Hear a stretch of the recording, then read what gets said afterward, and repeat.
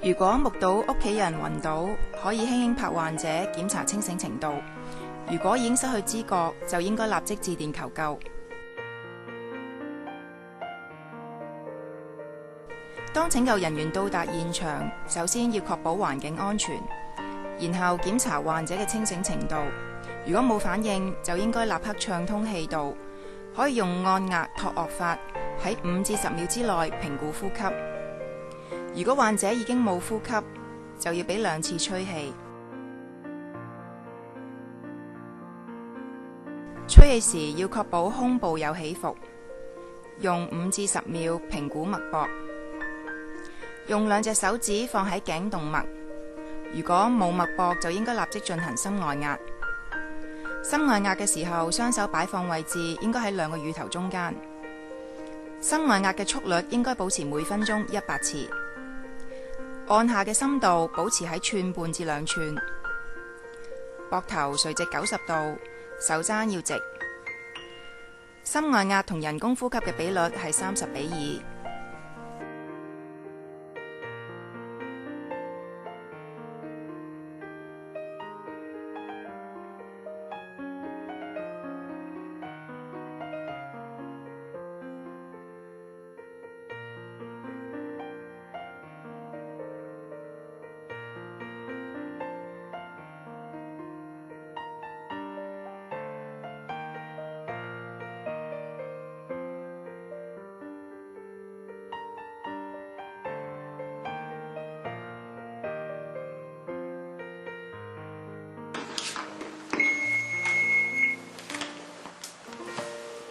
在患者胸部皮膚貼上電極片，將電極片嘅電線插頭插在閃燈旁。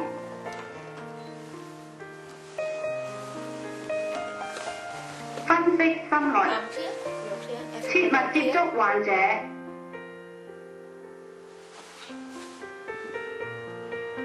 需要電擊，去顫器正在充電，不要接近患者。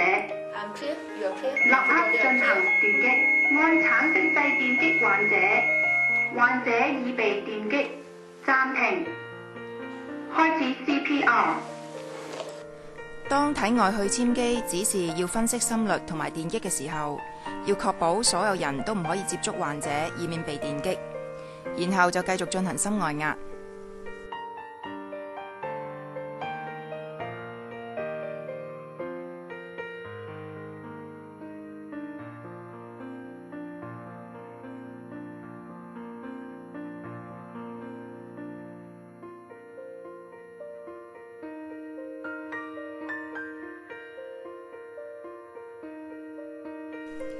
異物阻塞氣道係家居常見意外，患者通常都會以雙手叉頸，講唔到嘢。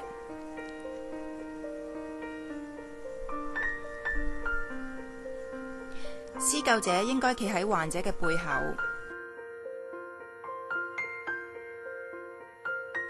右手緊握拳頭，左手包實右手，雙手放喺肚臍上面，用向上同向內嘅方向施力，直至異物吐出。